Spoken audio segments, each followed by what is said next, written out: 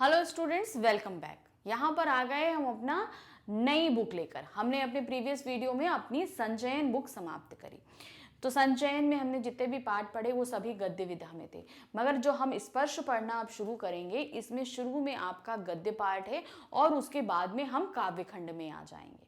तो गद्य खंड में वैसे ही हमारे पास में स्टोरी दी हुई है, हम उन्हें आपको समझाएंगे, उनके क्वेश्चन सॉल्व कराएंगे। लेकिन काव्य खंड में हमारे पास क्या होता है कि हमें उसका एक्सप्लेनेशन देना पड़ता है, समझाना पड़ता है जो भी काव्य रहता है। तो गद्य खंड में जो हम कहानियां पढ़ने जा रहे हैं इस पे आधारित क्वेश्चन जो हैं वो अलग अलग तरीके से पूछे गए। तो चलिए सबसे पहले हम पहला पाठ हम देखते हैं। पहला पाठ हमारा है दुख का अधिकार। ये लिखित है यशपाल जी द्वारा। तो यशपाल जी ने इस पाठ में बताया है कि अमीर हो चाहे गरीब हो उसे दुख का अधिकार बराबर होता है। ये इस पाठ के अंदर बताया। पाठ बहुत छोटा सा है लेकिन इसके अंदर जो छिपी बात है वो बहुत बड़ी है कि चाहे कोई भी व्यक्ति हो, अमीर हो गरीब हो, अगर उसे दुख पड़ता है तो उसका दुख सेम ही होता है। मगर लोग उसमें डिफरेंशिएट करते हैं, वो गरीब है अरे उसको कुछ नहीं, अमीर का मर गया हाय यार इतनी तकलीफ हो रही है। तो यहां पर हम यही चीज देखेंगे। कैसे देखेंगे, चलिए शुरू करते हैं। लेखक ने कहा कि मनुष्यों की पोशाकें उन्हें विभिन्न श्रेणियों में बांट देती हैं। प्रायः पोशाक की समाज में मनुष्य का अधिकार और उसका दर्जा निश्चित करती हैं। अब क्या होता है कि हम जो अटायर लेते हैं, मतलब हम जो कपड़े पहनते हैं, वो हमें तुरंत जज करते हैं। सबसे पहले जब हम किसी से मिलते हैं, हम किसी के सामने जाएंगे तो वो सबसे पहले हमारा चेहरा बाद में देखता है, मगर पहले क्या देखता है कि कैसे कपड़े पहने। अगर फटे पुराने एकदम गले संदे गंदे कपड़े पहने, अरे ये बहुत गरीब तबके का है, इसको क्या पता होगा, क्या नॉलेज होगी, कुछ भी नहीं होगा। लेकिन अगर वो बड़ा अच्छे से कपड़े टीप टॉप सज धज के सामने गया है तो हम क्या देखते हैं कि नहीं ये सभ्य समाज से आया है, इसे बहुत अच्छी नॉलेज होगी, हम बड़े अच्छे से बात करेंगे। हम किसी और पे उंगली उठाने से पहले देखें, सबसे पहले हम देखें कि हम जजमेंट कैसे करते हैं। तो अक्सर ये देखा गया कि हमारा जजमेंट जो है वो कपड़ों के हिसाब से ही रहता है। आप कहीं पर भी जाइए, कभी भी देखिए, कभी कभी देखिए ना, बहुत गरीब लोग होंगे, कभी बहुत अच्छा गाना गा रहा होगा कोई कोई कभी कितना अच्छी नॉलेज रखता है, किसी परिस्थिति वश वो गरीब हो गया है, लेकिन तकलीफ सबकी सेम होती है।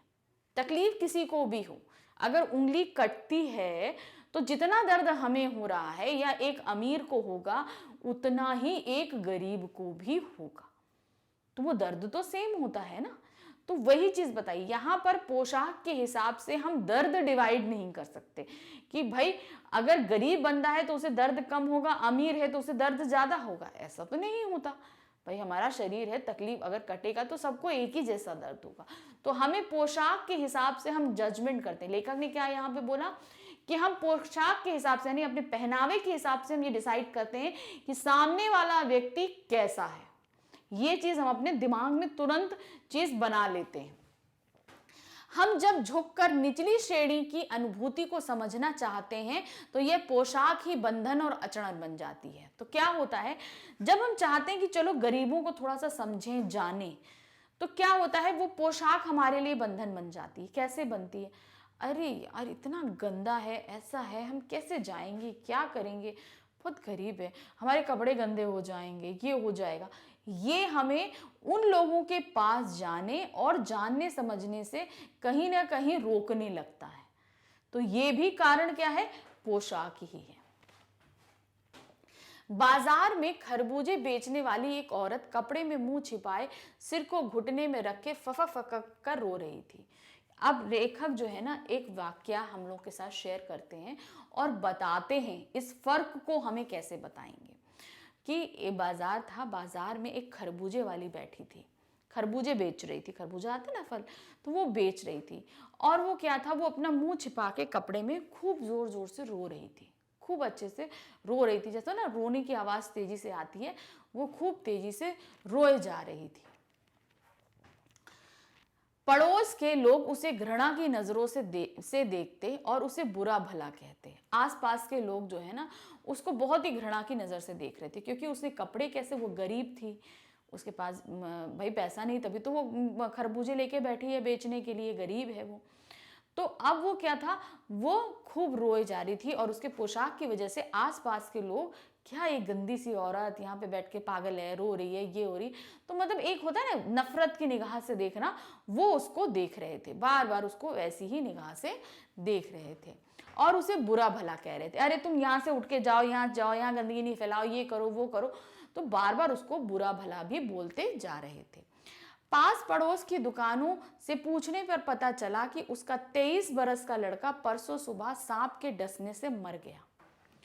तो क्या हुआ, जब हम उसने लेखक जी ने आस पड़ोस में दुकानों में पूछने किया कि आखिर ये औरत क्यों रो रही है, क्या कारण है, तो पता चला कि परसों सुबह मतलब 2 दिन पहले जो है उसका 23 साल का लड़का, 23 साल का लड़का मतलब जवान लड़का, सांप ने उसको डस लिया था और वो मर गया। तो इसी कारण से वो इतना रो रही थी। भाई किसी का भी इतना जवान बच्चा मर जाएगा तो बच्चा चाहे जवान हो, बूढ़ा हो, जैसा भी हो, अगर किसी कोई भी अपना गुजरेगा तो तकलीफ होती ही है। तो वही तकलीफ कौन झेल रही थी, वो खरबूजा बेचने वाली बूढ़ी औरत। जो कुछ घर में था सब उसको विदा करने में चला गया। घर में उसकी बहू और पोते भूख से बिलबिला रहे हैं, इसलिए वह बेबस होकर खरबूजे बेचने आई थी ताकि उन्हें कुछ खिला सके, परंतु सब उसकी निंदा कर रहे थे, इसलिए वह रो रही थी। तो क्या हुआ कि अब उसका बेटा मर गया। अब क्रियाकर्म में भी पैसा लगता है, तो घर में जितना कुछ था, भाई पैसे थे या कुछ भी ऐसा था, उस लड़के को जो है विदा करने, यानी कि उसकी अंतिम क्रियाओं में वो सारा पैसा खर्च हो गया। अब घर में एक बहू है, बच्चे हैं, और वो क्या है भूख से तड़प रहे हैं, क्योंकि घर में अब कुछ खाने को ही नहीं था, पैसे नहीं बचे थे, जितना था मना खा चुके, अब नहीं था।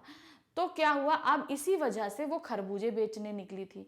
और चूंकि वो एक गरीब थी तो लोग उसको घृणा की नजरों से देख रहे थे, बार बार बातें सुना रहे थे, तो और कोई उससे सामान नहीं ले रहा था। इस वजह से वो रोए जा रही थी, खूब रो रही थी कि लोग इससे इतना घृणा कर रहे हैं। एक तो मैं पहले से ही इतनी तकलीफ में हूँ, और मैं अब अपनी तकलीफ को जब कम करना चाहती हूँ, मेहनत कर रही हूँ कि खरबूजे लेके आई हूँ, कोई खरीद ले, तो लोग वो भी नहीं ले रहे हैं कि मैं अपना और अपने बच्चों का पेट पाल सकूं, तो वो भी नहीं हो रहा। तो अब उसको तकलीफ पे और तकलीफ हो रही थी।